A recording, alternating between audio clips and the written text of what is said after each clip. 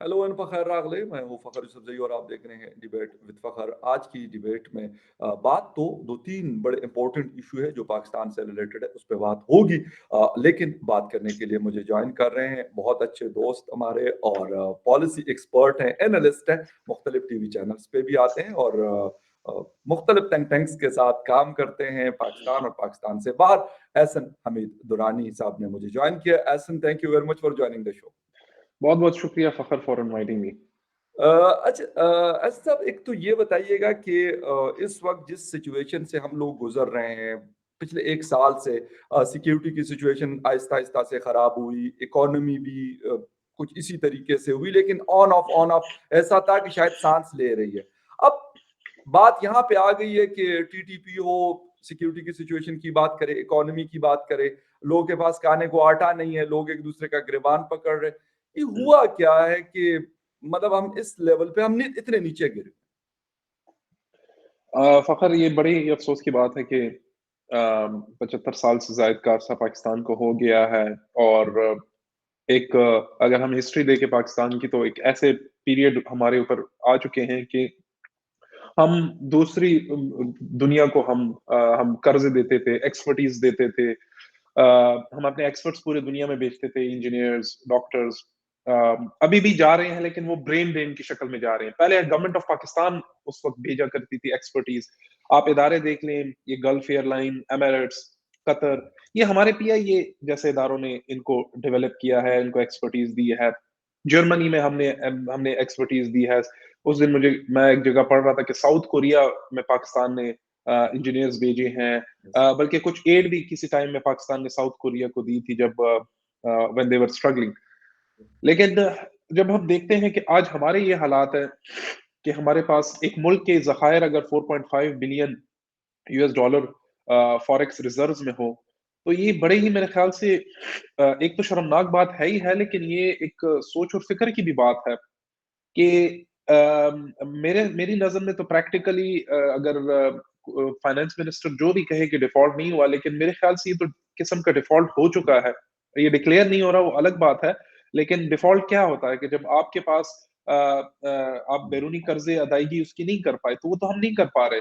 यानी ये तो कोई तरीका नहीं है कि आप चाइना से पैसे लेकर सऊदी अरब को दे दें, उनके पूरे कर दें, सऊदीया से लेकर चाइना को दे दें, दोनों से लेकर फिर आप अपने रिज़र्व्स को शोर अप करें ताकि आपकी आईएमएफ के साथ डील हो। आईएमएफ आपसे कहता है कि आप अपने जो आपके एक्सटर्नल लेंडर्स हैं, जो फ्रेंडली कंट्रीज़ हैं, उनसे आप कुछ कमिटमेंट सिक्योर करें।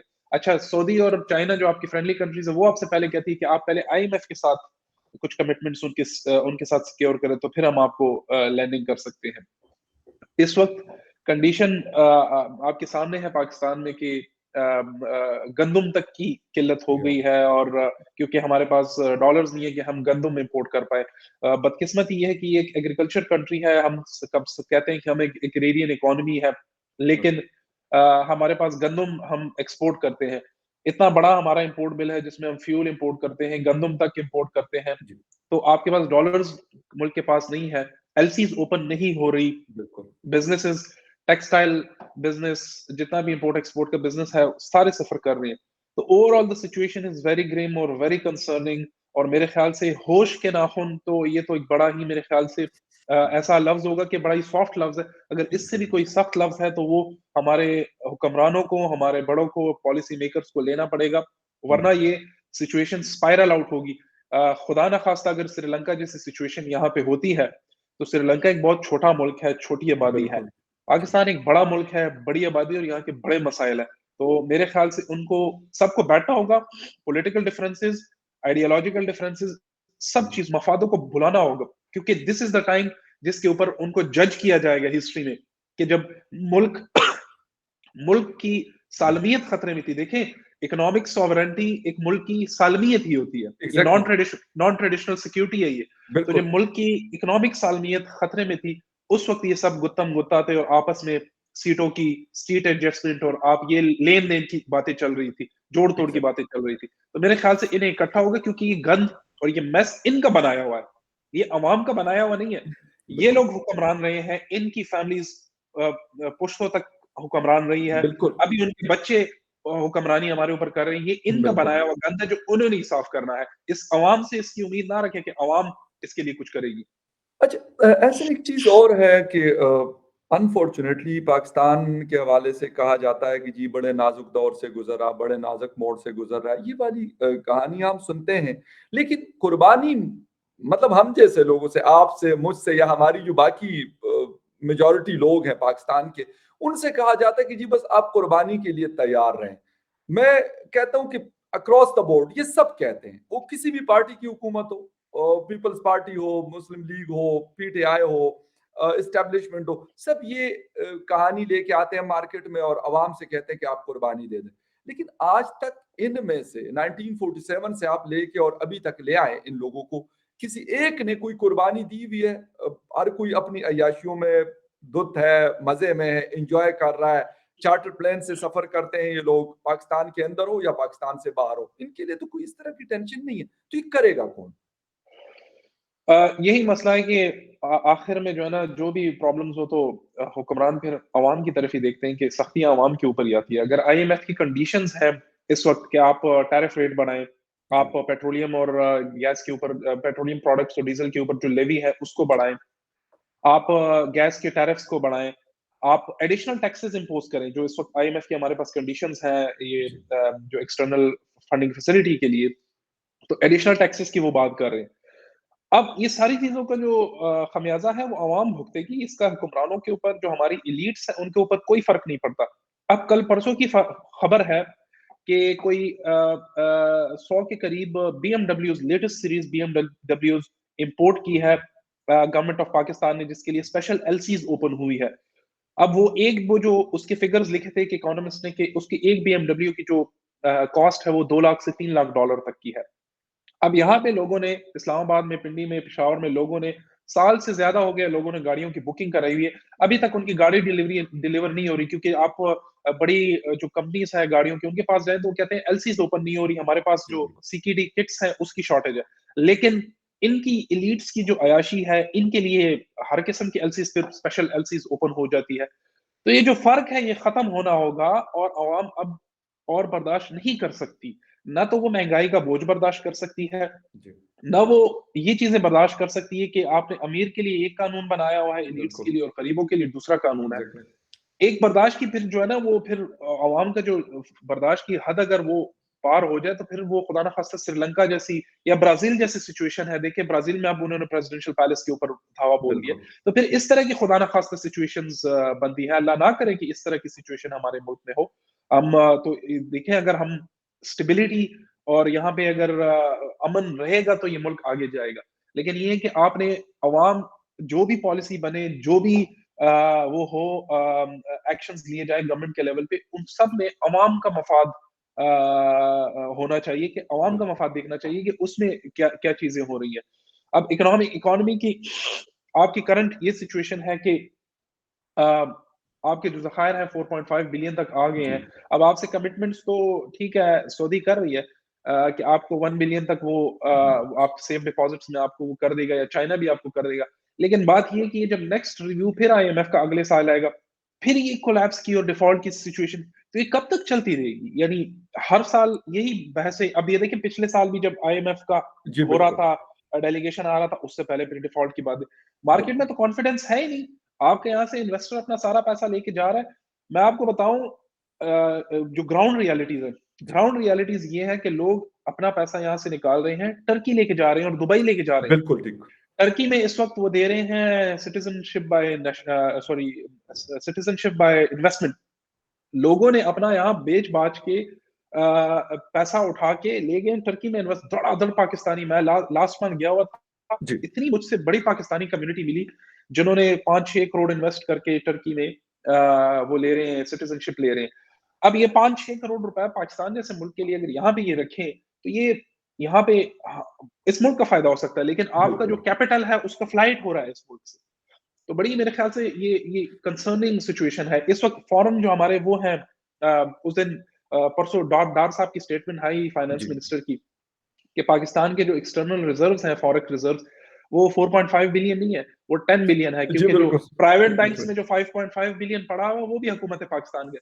तो वो बात सुन के जो हमारे ओवरसीज पाकिस्तानी है जिन्होंने रोशन डिजिटल अकाउंट में अपना पैसा रखा हुआ है, उनके कान खड़े हो गए बिल्कुल एग्जैक्टली कि भाई हमारे पैसे को आप अपना पैसा कैसे समझ सकते हैं। और इन्होंने इनका तो क्योंकि रिकॉर्ड भी रहा है माजी में, ऐसा आपको याद हो 98 99 में गालिबन इन्होंने अकाउंट्स फ्रीज किए थे लोगों के, डॉलर अकाउंट जो फॉरेन करेंसी अकाउंट्स थे, तो लोग अब डरे हुए हैं। यकीन करें कि उस दिन मुझे कोई मर्दान के हवाले से कोई बैंकर है वो बता रहे थे कि यार धड़ाधड़ लोग आ रहे और अपना पैसा निकाल के घरों में लेके जा रहे थे। मैंने कहा कि यार हालात वैसे ठीक नहीं है, सिक्योरिटी सिचुएशन, डाके पड़ रहे हैं, आप मर्दान सवाबी पेशावर कहीं पे भी देख ले तो ये हालात है। लेकिन इसके बावजूद वो कह रहे कि यार बैंक के ऊपर ट्रस्ट नहीं है, ये ना हो कि हमारा पैसा जो है फ्रीज कर दे, और लोग अपने करोड़ों रुपया बैंक से निकलवा कर अपने कहते घरों में रख रहे। या जो आप बता रहे हैं कुछ दिन पहले दुबई में कुछ दोस्तों से वहां पे बात हो रही थी, तो वो यही कह रहे कि भाई हमें यहाँ पे अगर फैसिलिटेट किया जाता है, यहाँ हमसे ज्यादा टैक्स दिया जाता है, पाकिस्तान के मुकाबले में ज्यादा सख्ती है, लेकिन इसके बावजूद भी कहते हैं यहाँ पे कम से कम पीस ऑफ माइंड है, हम अगर बिजनेस करते हैं तो हमें कोई एवं तंग नहीं करेगा, ना हमें ये फिक्र है कि कोई आके बत्ते की पर्ची फेंक देगा और कहेगा 5 करोड़ निकालो, ये कोई नहीं कर सकता। आप मतलब ये देख ले भी जो नासिर खान मुसाजई के उजरे पे हुआ, इससे पहले जो पेशावर के 2-3 जो बिजनेस कम्युनिटी के लोगों के साथ हुआ, तो उसके बावजूद वो अपना पैसा पाकिस्तान में रखेंगे और फिर वो कहेंगे नहीं यार पेशावर तो मेरा पसंदीदा शहर है, मेरा नेटिव सिटी है, मैं कहूंगा जी मर्दान मेरा नेटिव सिटी है, मैं वहां पे रहूंगा बेशक कुछ भी हो मेरे साथ। तो सर इसका कोई किसी को आपको लगता है कि किसी को ये प्रॉब्लम सीरियस भी लग रही है? इसाक डार हो, शहबाज शरीफ हो, बिलावल साहब हो, मौलाना फजल रहमान हो, या XYZ या हमारी स्टैब्लिशमेंट, क्या इनको ये थ्रेट कोई सीरियस भी लग रही है कि या वैसे ही बस ठीक है यार कहते हैं अवाम के साथ हो रही होने तो कुछ नहीं होता? मेरे ख्याल से अब ये जो हमारी जो रूलिंग एलीट है इन सबको मैं, जिसमें हमारे जजेस, ब्यूरोक्रेट्स, एस्टैब्लिशमेंट और पॉलिटिकल लीडरशिप, एवरीवन, इन सबको मैं रूलिंग एलीट कहता हूँ। जो हमारी रूलिंग एलीट है ना, ये अब इतनी डिस्कनेक्टेड हो गई है ग्राउंड रियलिटीज के साथ और अवाम के जो प्रॉब्लम्स हैं उनके साथ, कि इन्हें कोई फर्क नहीं पड़ता इन चीजों से। वो अपने आप को इन इन प्रॉब्लम से, क्योंकि वो रिलेट ही नहीं कर पाते कि इस वक्त आटे के लिए लाइन, यूटिलिटी स्टोर के लिए सुबह 7 बजे आपने जाना है, लाइन में खड़े होना है, 11-12 बजे के करीब आपका नंबर आएगा, 4-5 घंटे आपने लाइन में ख्वार होना है, और जब आपका नंबर आता है और आपको जो यूटिलिटी स्टोर का मैनेजर है वो कहता है कि आटे की थैली खत्म हो गई है, तो आपने बगैर आटे के अपने घर जाना है, और आपने किस मुंह से अपने बच्चों का सामना करना है कि मैं आज आटा नहीं लेकर आया तो हमारे घर आज रोटी नहीं पकेगी। क्योंकि वो तो अब यानी देखें, हम फखर, मैं और आप भी, मैं समझता हूँ हम भी प्रिविलेज्ड हैं कि हमें कम से कम हमारे घर पे अल्हम्दुलिल्लाह खाने के लाले नहीं पड़े हुए, ये हमें इन वाली चीजों की। प्रॉब्लम नहीं है, बिल्कुल आपकी बात दुरुस्त है। लेकिन एक गरीब आदमी के लिए अगर नान 15 रुपए से लेकर 15 रुपए से बढ़ता है और 35 रुपए का होता है ना, तो उसकी जेब पे बहुत ज्यादा जोर पड़ता है। और वो भी देखें, 30% से अब हमारी जो है ना, जो गुर्बत की लकीर है, 30% हमारी ये इकोनॉमिक सर्वे ऑफ पाकिस्तान बहरहाल कहता है, मैं तो इसको नहीं मानता, मैं तो समझता हूँ कि इससे भी ज्यादा है, लेकिन अब इकोनॉमिक सर्वे ऑफ पाकिस्तान कहता है कि 30% की जो पाकिस्तान की आबादी है वो गुर्बत की लकीर से नीचे रह रही है। तो जो वो 30%, चले हम उन फिगर्स को भी मान लेते हैं, उन पे जो 22 करोड़ हमारी आबादी है उसका आप 30% निकाल ले, तो उनके ऊपर इसका डायरेक्ट इम्पैक्ट जाता है। अगर रोटी, चीनी, आटा, ये दाल, चावल ये महंगे होते हैं, उनके ऊपर डायरेक्ट इफेक्ट होता है। तो मेरे ख्याल से इस वक्त किसी किस्म का पॉलिसी लेवल पर ठीक है, बेनजीर इनकम सपोर्ट प्रोग्राम वगैरह है, लेकिन वो चीजें अब नहीं पूरी कर पाएंगी। जो तूफान महंगाई का, इन्फ्लेशन का जो आ रहा है, वो जस्ट एक मैं समझता हूँ एक नी जर्क रिएक्शन हम उसे कह सकते हैं कि वो है, लेकिन वो इसका सोल्यूशन नहीं है, और आगे जाके चीजें और मुश्किल होंगी, क्योंकि पाकिस्तान की इकोनॉमी ग्लोबली एक इंटीग्रेटेड बैरल इकोनॉमी है, और पूरी दुनिया में इस वक्त रिसेशन आ रहे हैं।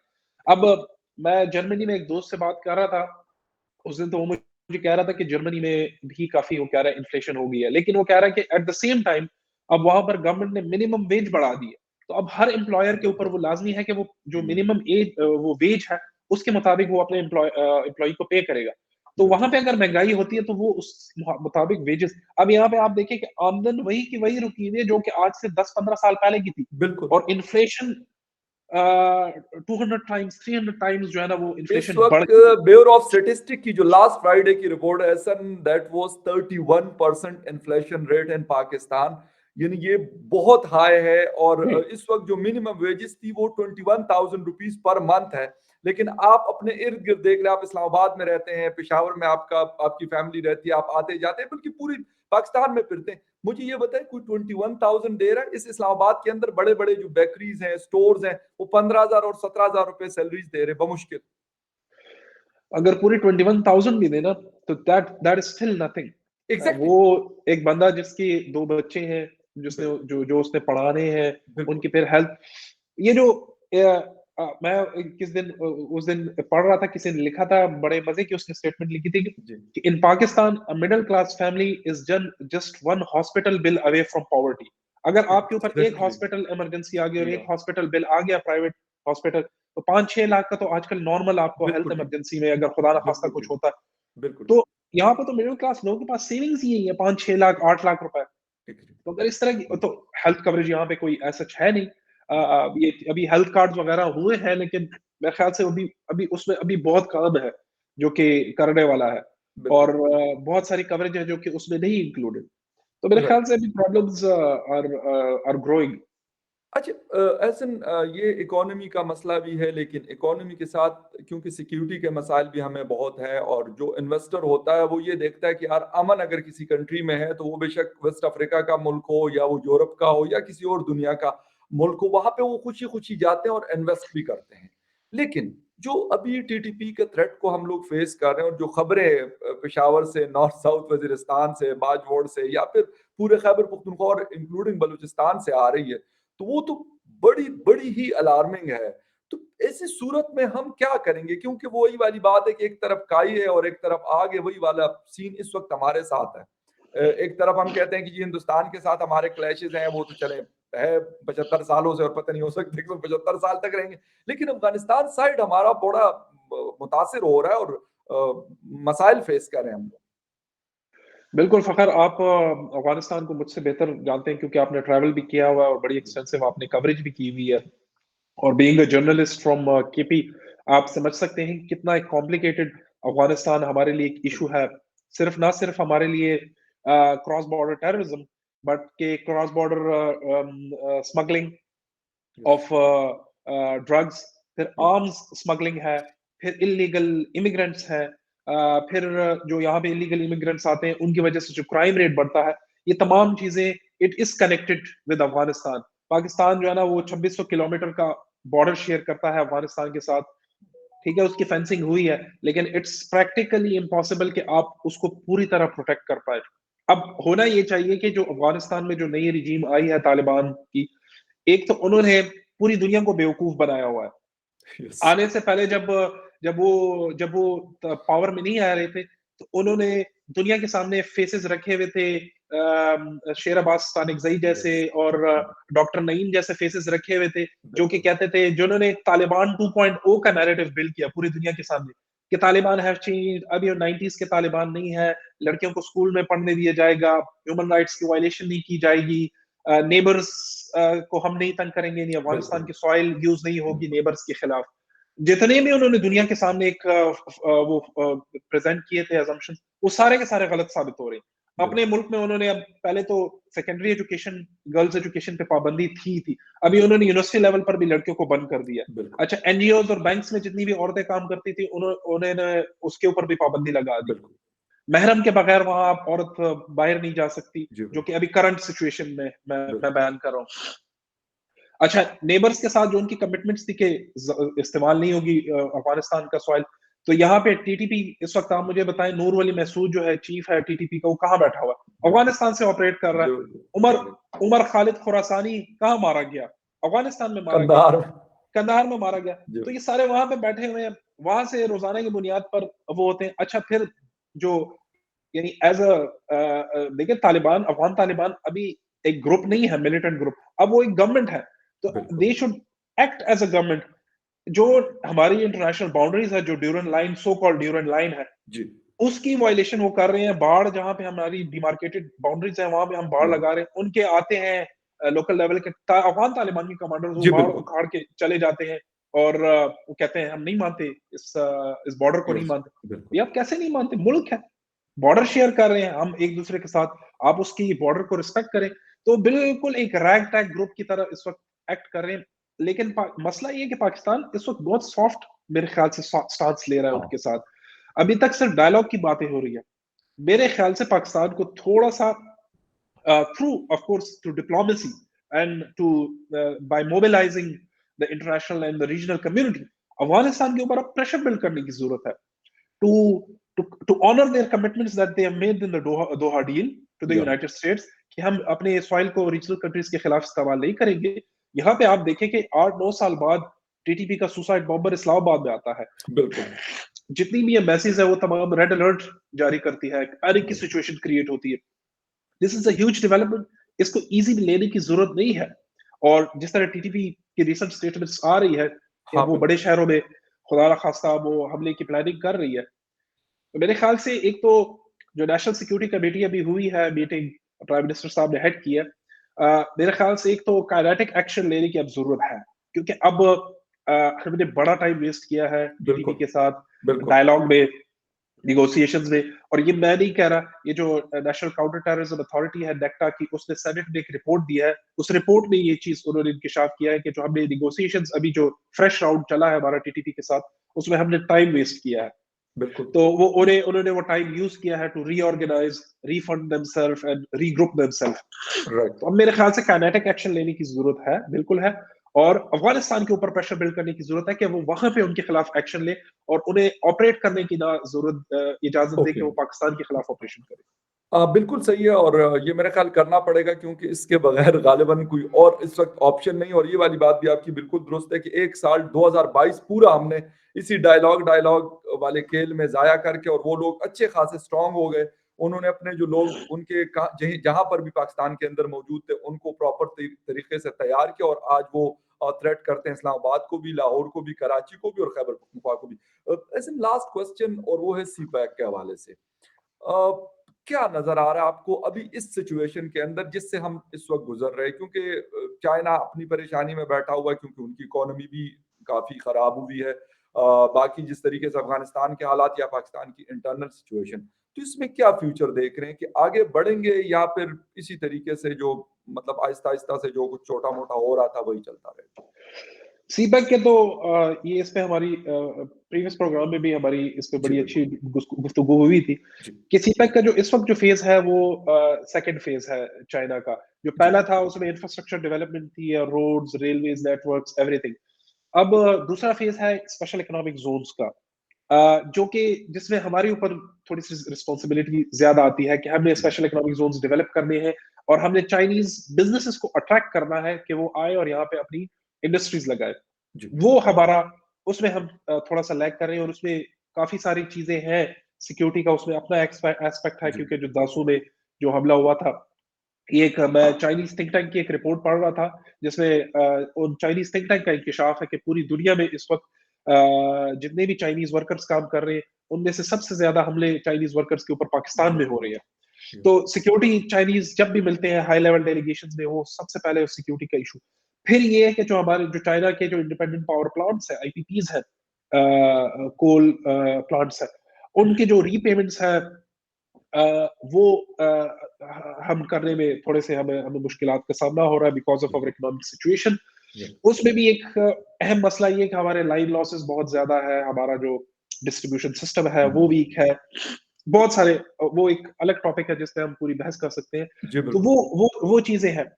अ, इन सब के ये चीजें तो है जो हमारी इंटरनल प्रॉब्लम्स है। कुछ चाइना के प्रॉब्लम्स भी है। चाइना ने ओवरऑल जो बीआरआई इन्वेस्टमेंट्स अगर आप डाटा उसका देखें जी, तो 2019 ऑनवर्ड्स जो बीआरआई की जो इन्वेस्टमेंट्स है वो कम हुई है। सिर्फ चाइना पाकिस्तान में नहीं, जो ओवरऑल जी, 60 कंट्रीज में जो बीआरआई प्रोजेक्ट्स चल रहे हैं चाइना ने इन्वेस्टमेंट्स कम किए बिकॉज उनकी अपनी इकोनॉमी श्रिंक हुई है और कोविड की वजह से उन्हें अपने काफी सारे प्रॉब्लम्स देखने को मिले हैं। तो ओवरऑल हम देख रहे हैं कि सीपैक फिलहाल बहुत स्लो पेस से चल रहा है और हुँ, एक शायद ये वजह भी हो सकती है कि जो करंट गवर्नमेंट है it is on a weak footing और अभी तक कंफर्म नहीं है कि ये गवर्नमेंट अपना टेन्योर पूरा करेगी या नहीं करेगी। तो बिल्कुल। चाइनीज अगर कोई बड़ी कमिटमेंट्स करते हैं, जिस तरह ML1 का हमने उनसे कहा है कि जी, ML1 की बिल्कुल। पहले कॉस्ट ऑलमोस्ट $6 बिलियन थी, लेकिन अब उसकी कॉस्ट भी $8 बिलियन तक पहुंच गई है।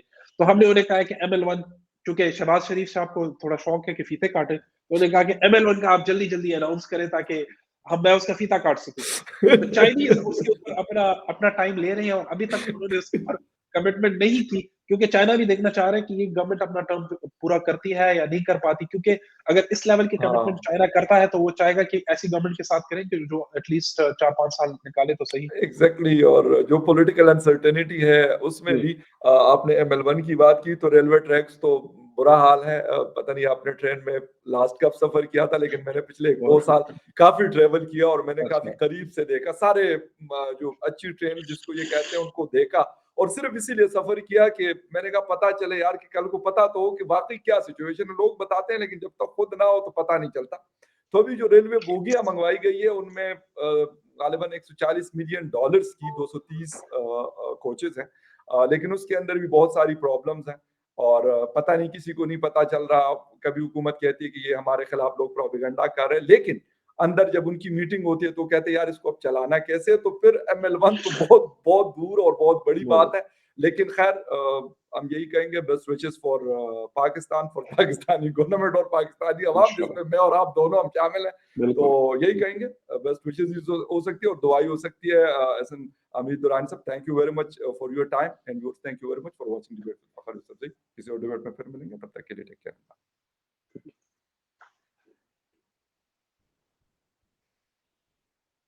Thank you.